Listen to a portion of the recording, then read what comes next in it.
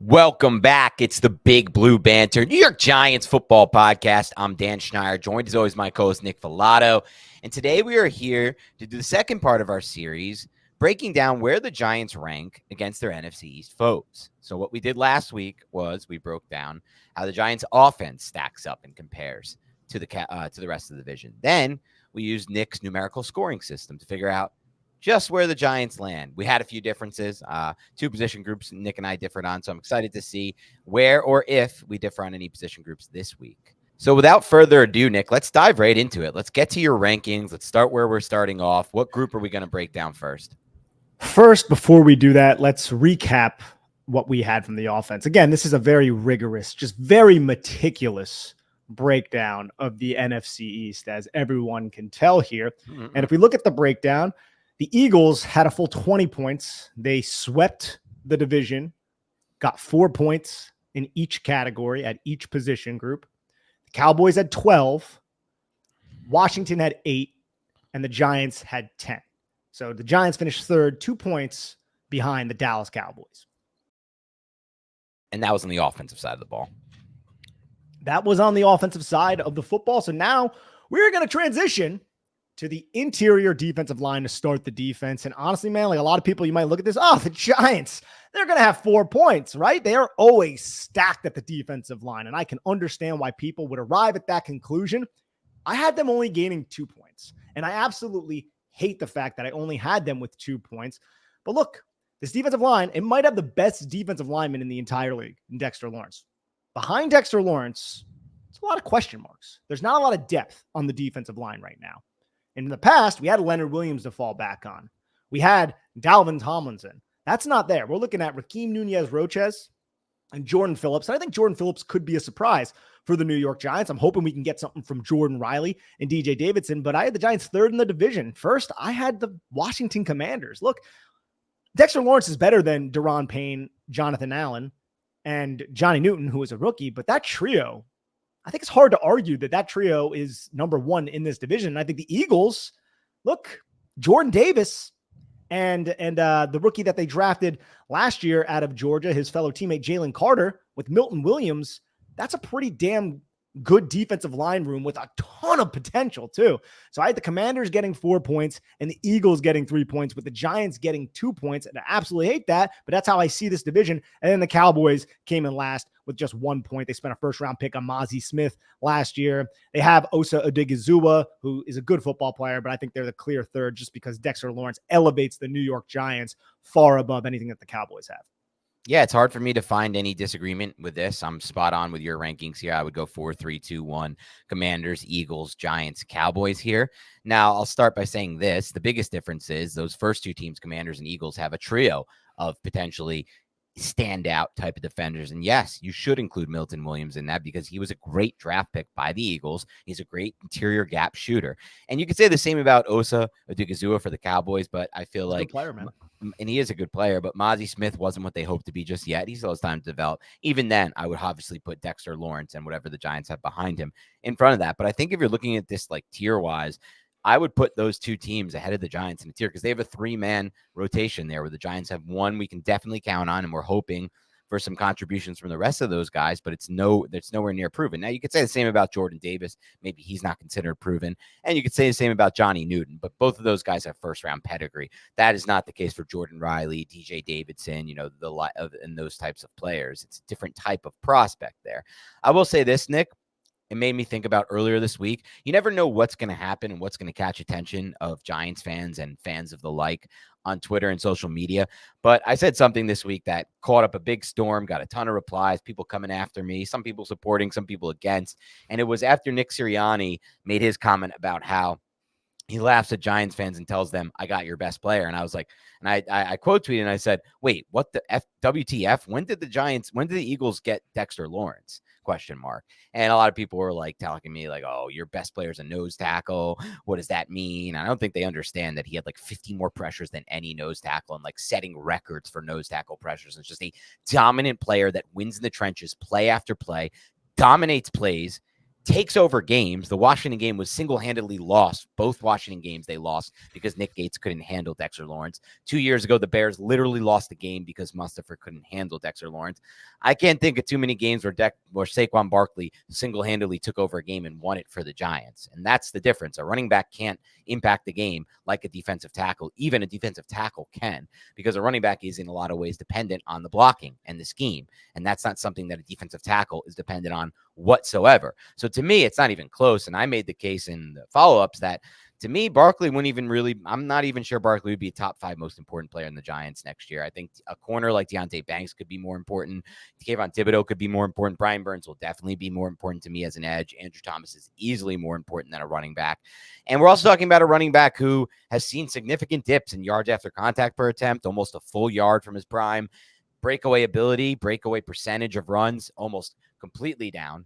I mean, 8 runs of 40 plus in 2018, just 1 run of 40 plus over the last 2 seasons. It's not the same player whatsoever, but that's okay. He's still a very effective player, and he's still not as effective as all these other players because he plays the running back position. So I laugh at the idea that he was the best player in the Giants. I don't think he was anywhere close to the level of Dexter Lawrence or Andrew Thomas.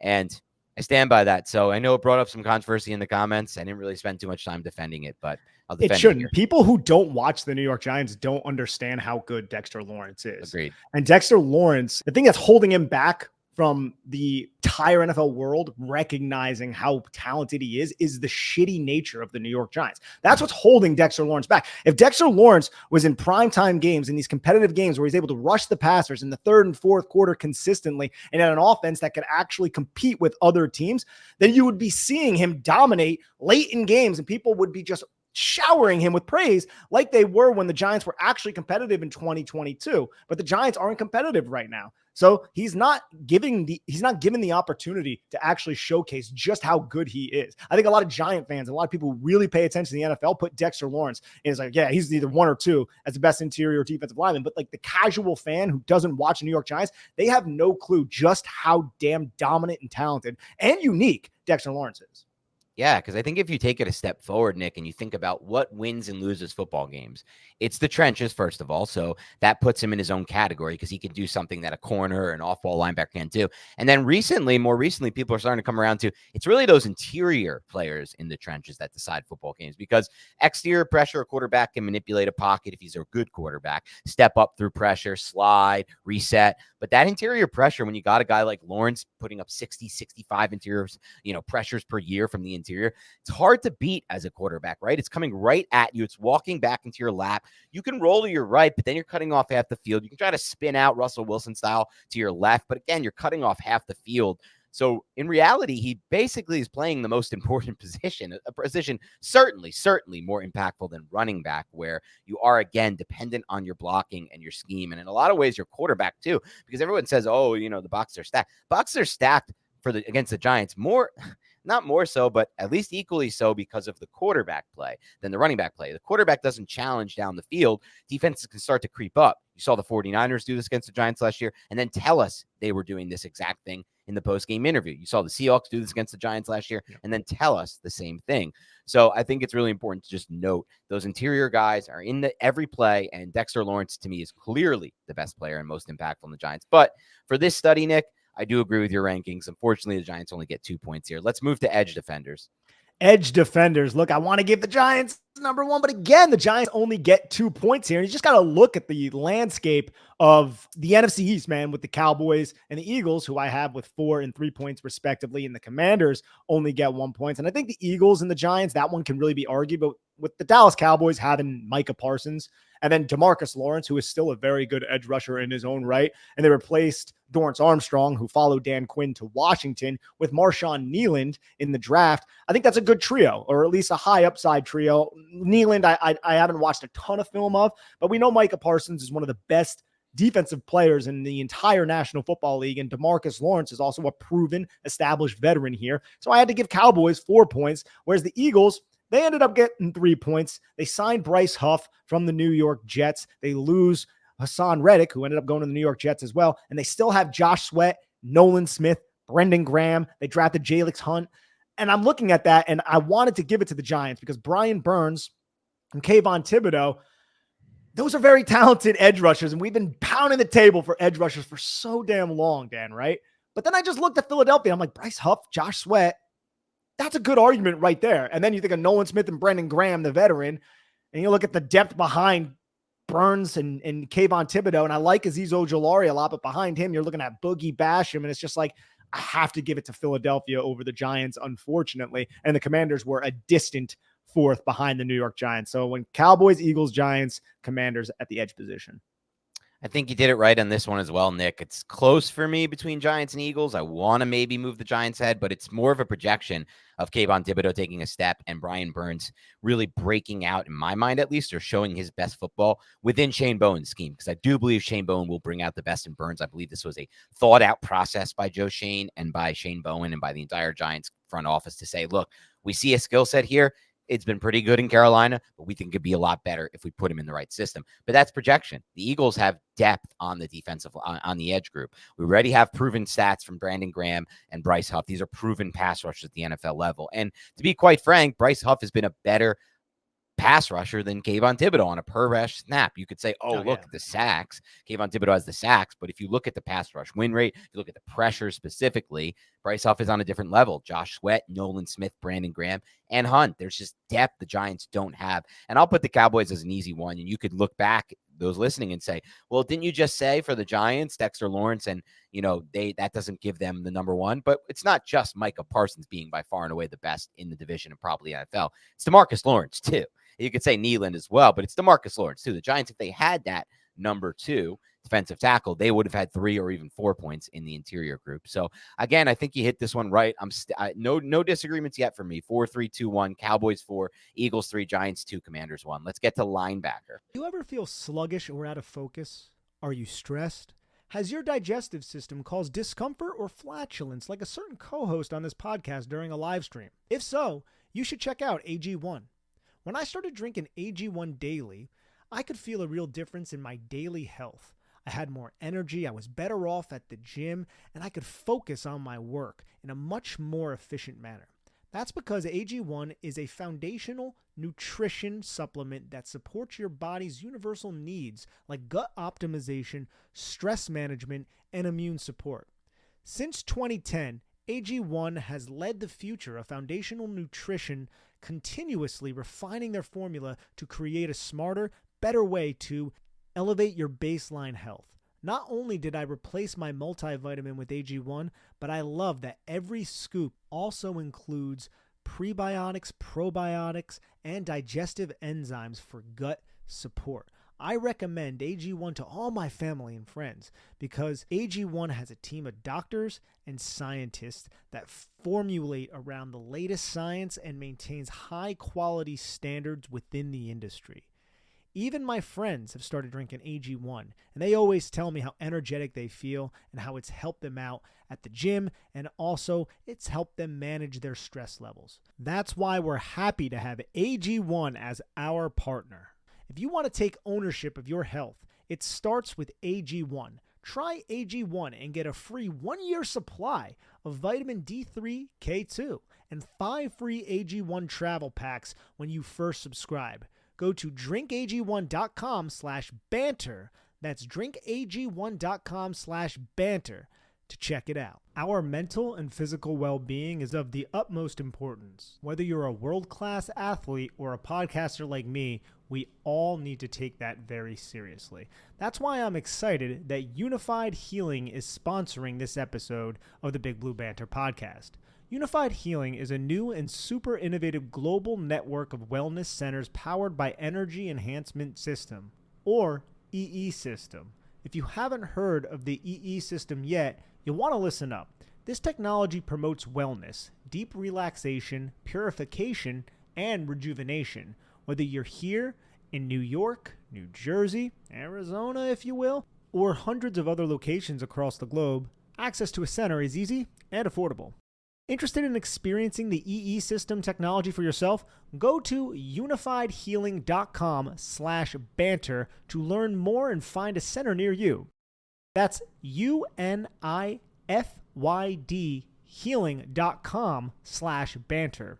No material or testimonials on the Unified Healing website are intended to be viewed as medical advice or a substitute for professional medical advice, diagnosis, or treatment. Always seek the advice of your physician or other qualified healthcare providers with any questions you may have regarding a medical condition or treatment. And before undertaking a new healthcare regimen, include EE system. Linebacker, New York Giants. I think they have the best linebacker in the division in Bobby Okereke.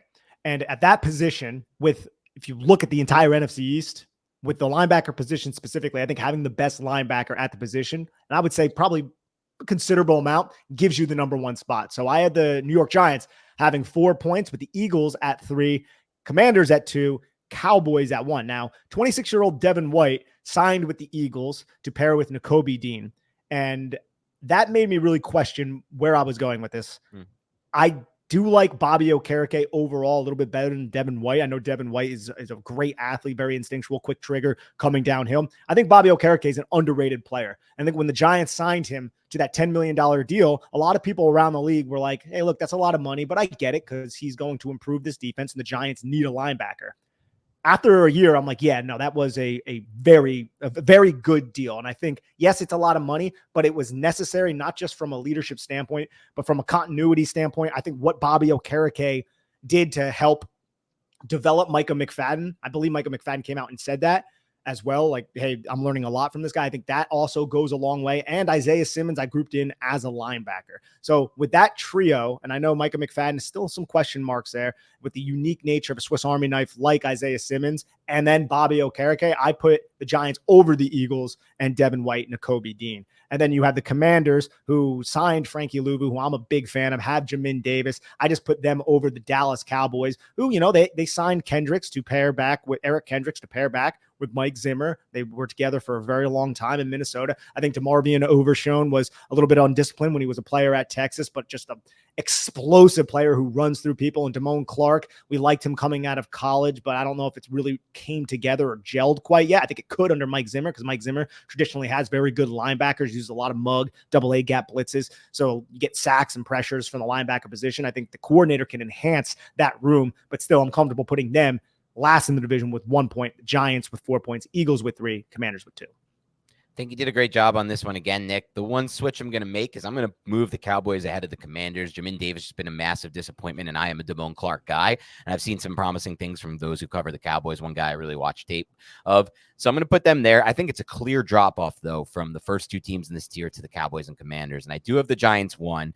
And the reason I have them 1 is because Bobby Okereke, low-key, was a borderline All-Pro last year. He didn't make All-Pro. He didn't win All-Pro. But if you look at the film and you look at that stretch that starts with the Buffalo game, that was one of the best games by any Giants defender last season, Bobby Okereke versus the Bills. And he had a stretch of 3 or 4 games in a row where he was playing at a All-Pro level. And if the tape shows it, we broke it down. Go look at our YouTube page, go search back, and you'll find our film reviews of the defense starting with the Buffalo game. And just look at how many times he won our defensive player of the game in that stretch, but also didn't always win it because Dexter Lawrence is too good, but was the guy who we said was the runner-up, or the guy who we just consistently praised and then showed the clips of him really playing outstanding football. Bobby Okereke, to me, is by far and away the best linebacker in the division. The one I put second is Devin White, who hasn't even played in the division yet. That was a low-key, really good signing for the Eagles. 1 year, $7.5 million. I think Devin White is going to have a really fantastic season with the Eagles this year, and that puts them in their own tier. And then again, I have the Cowboys, then Commanders, getting 2, then 1, just because I have a little bit more upside, I think, for Damone Clark, and I like the fit with Kendricks. And I like what you said about Zimmer really getting the most out of linebackers. I don't know if I feel as good about that with the Commanders. Yes, Dan Quinn is a great coordinator and a great coach of the football, defensive side of the football, but I like some of the other things he does rather than kind of linebacker play. So that's where I'm going to be at with linebacker. Let's go to corner. Well, first, I love the fact that you brought that up. I'll say this. I think with DeMarvion Overshown and Damone Clark specifically, with Mike Zimmer, it could look like after this season, especially with Micah Parsons and Lawrence on that defense, that, dude, that linebacker group could take over as the number 1, because I think they're going to get sacks in key spots. Cowboys are always playing in prime time, and I think Zimmer can do the best by those 2 specific players because of their explosive traits. I wanted to ask, so Bobby Wagner is on the Commanders now, right? Like Bobby Wagner, traditionally I'd say this guy's old, he's a little bit long in the tooth.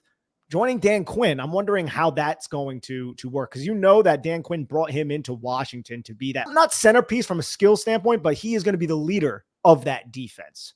And I'm wondering what impact that's going to have on some of their young players, Jamin Davis and Frank Luvu's not really a young player anymore, but that's I think another reason why I had Washington slightly above, but I can definitely be talked into Dallas over them, especially with Zimmer and how it might look, come week 6 or week 10. I do think that's a great point by you, especially from the tutelage standpoint, Nick. What I wonder about is I'm thinking back to our pregame Giants Seahawks that we did with forgetting his name, really good film guy, Matty Brown. I think Matty Brown, and just he showed us and talked about how much of a liability Wagner's become because of the athleticism aspect of it, and just in coverage, somebody you can just really isolate in these one-on-ones and take advantage of. And I wonder if the Seahawks saw that on tape last year and decided, it's time to move on from this. Probably. And if that is going to be a liability for the Commanders this year, it's hard to find these inside backers to play the Mike position. It's why a guy like him continues to get out there and play and get signed to be the starter. And he's going to help from a leadership standpoint. He's going to get the guys in the right positions. It's going to overall probably be a net positive for Commanders. But I do think a good offensive coordinator can find ways to scheme around someone who's doesn't have the same level of athleticism as he used to have in those one-on-one coverage spots.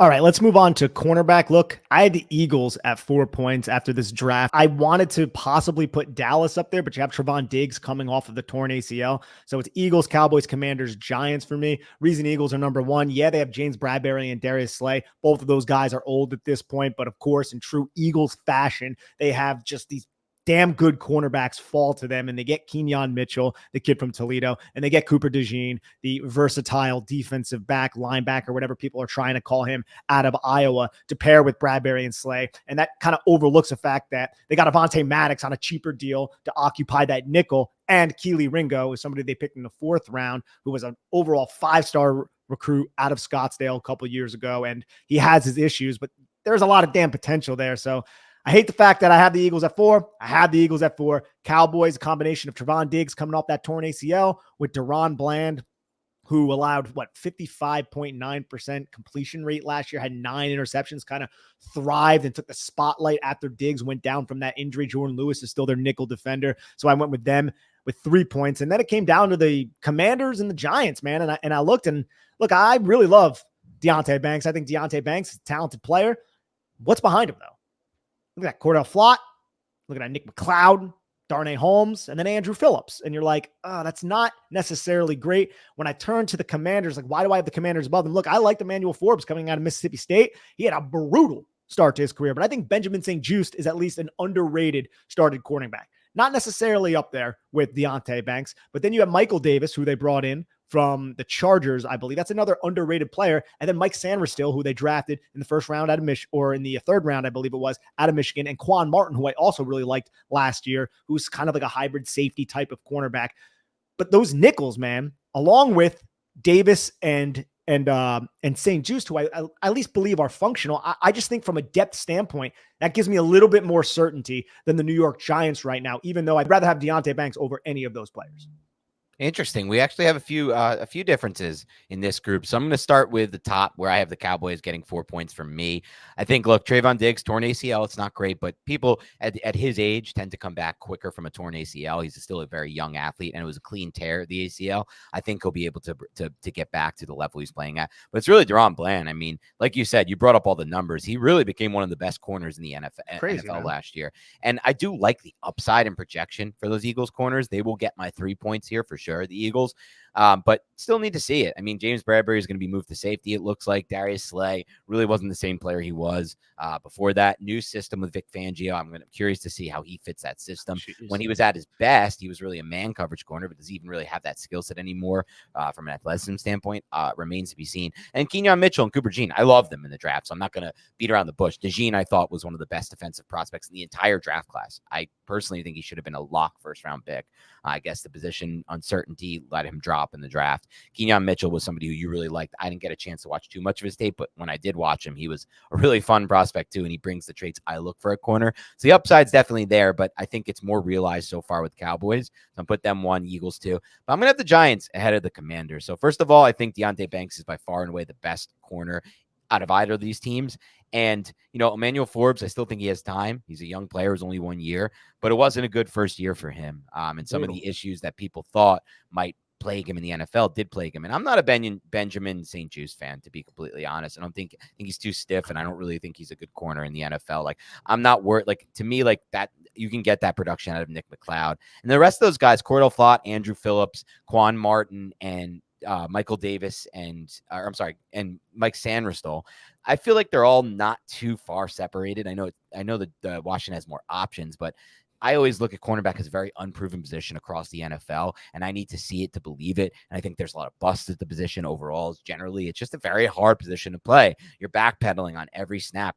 They're dictating to you. It's really difficult. And on top of all that, the NFL rules are not really set up in your favor. And by not really, I mean not at all set up in your favor. They're actually set up the opposite way to favor the receiver. So I just don't see enough proven stuff there. I get there's more options and stuff to throw at it, but I got Deonte Banks on one side, and I got a lot of uncertainty the rest of the way for both teams. So for me, I'm going to go Dallas 4, Eagles 3, Giants 2, Commanders 1.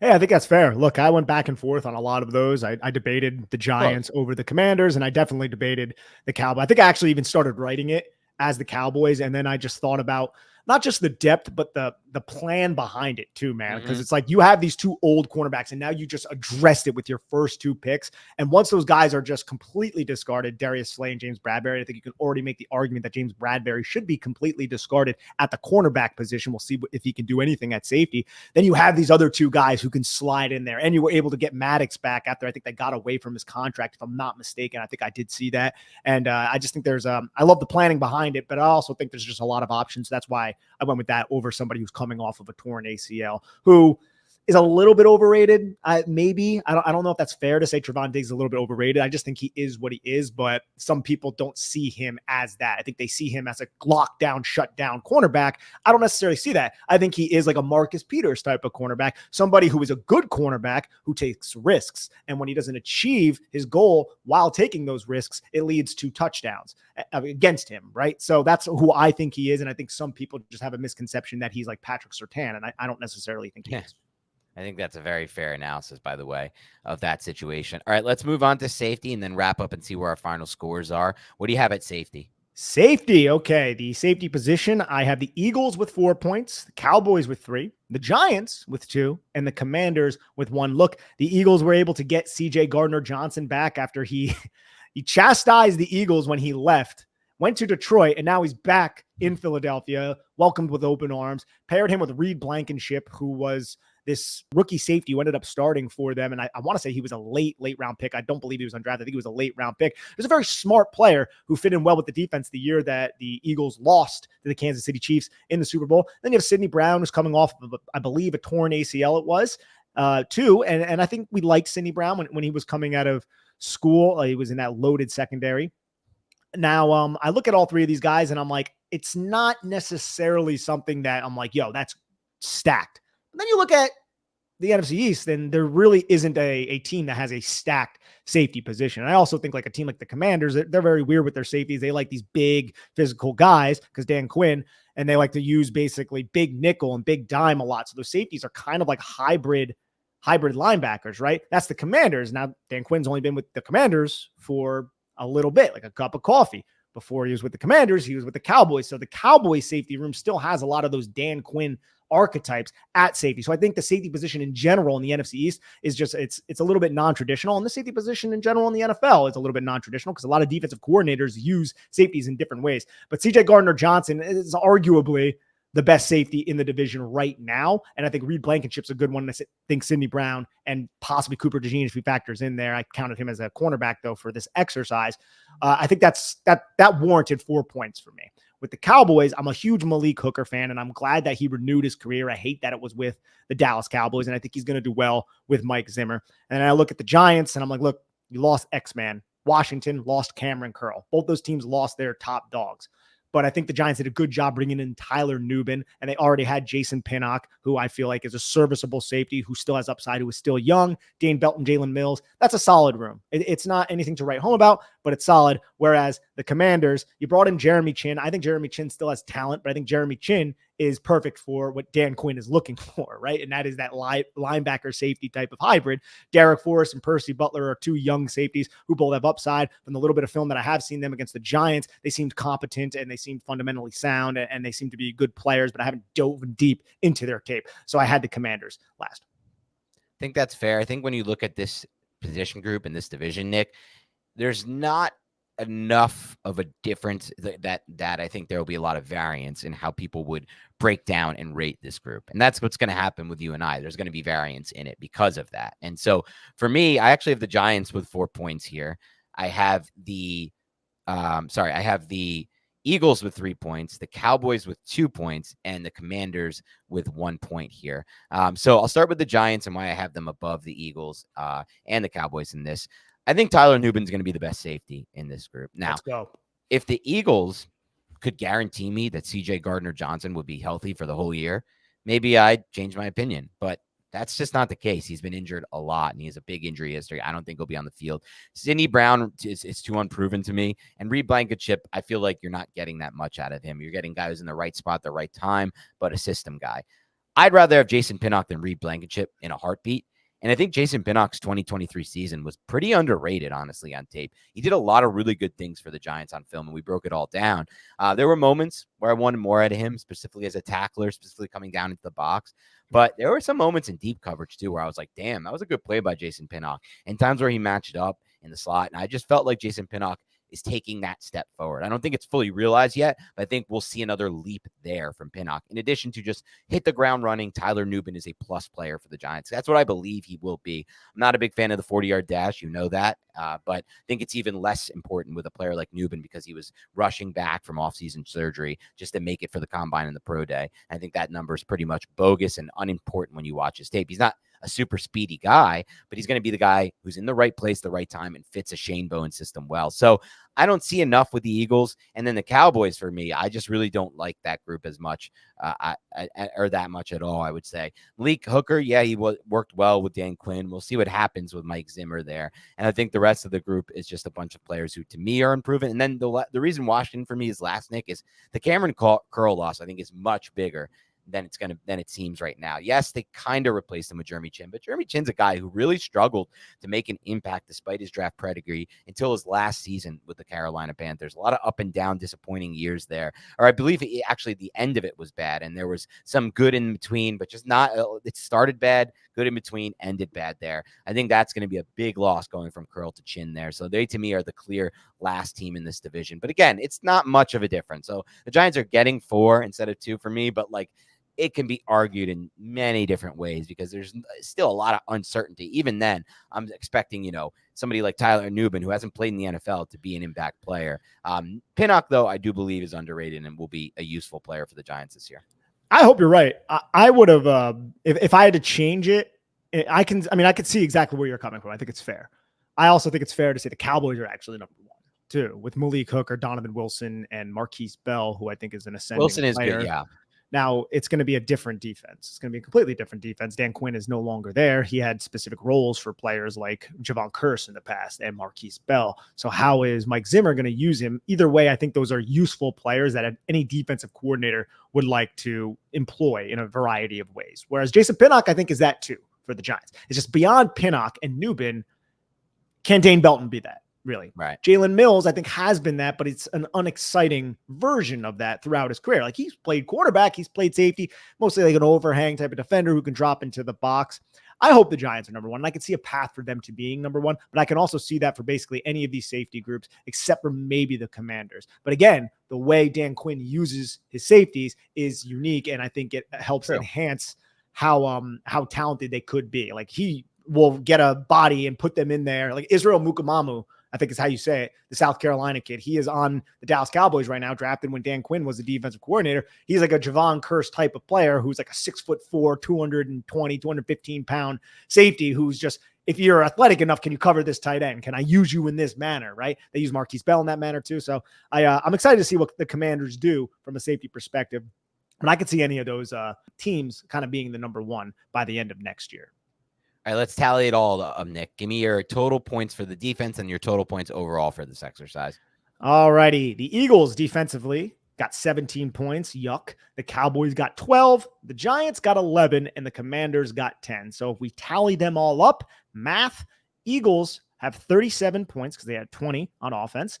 Cowboys have 24 points. The Giants, 21. And the Commanders, 18. And I think when you just look holistically at the division, I think the Eagles jump between the Cowboys. It's a bit much.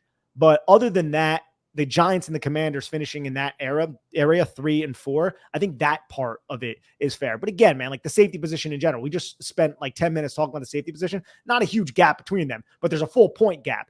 There's a huge gap between Dak Prescott and Daniel Jones. That's also a 1 point gap too. So that's kind of the way you got to look at this.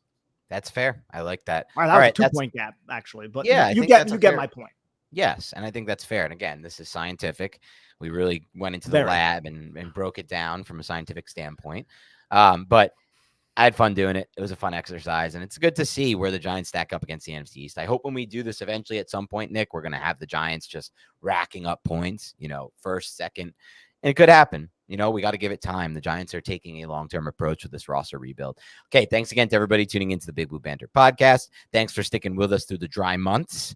We'll be coming back at you with more content. And again, I threw this out a little while ago, but if anyone can find us game film of the Giants Super Bowl runs, the 2007, 2011, send it my way or Nick's way. Would love to do a review of that on the podcast during this time in the summer. So thanks again. Have a great rest of your week, and we'll talk to you soon.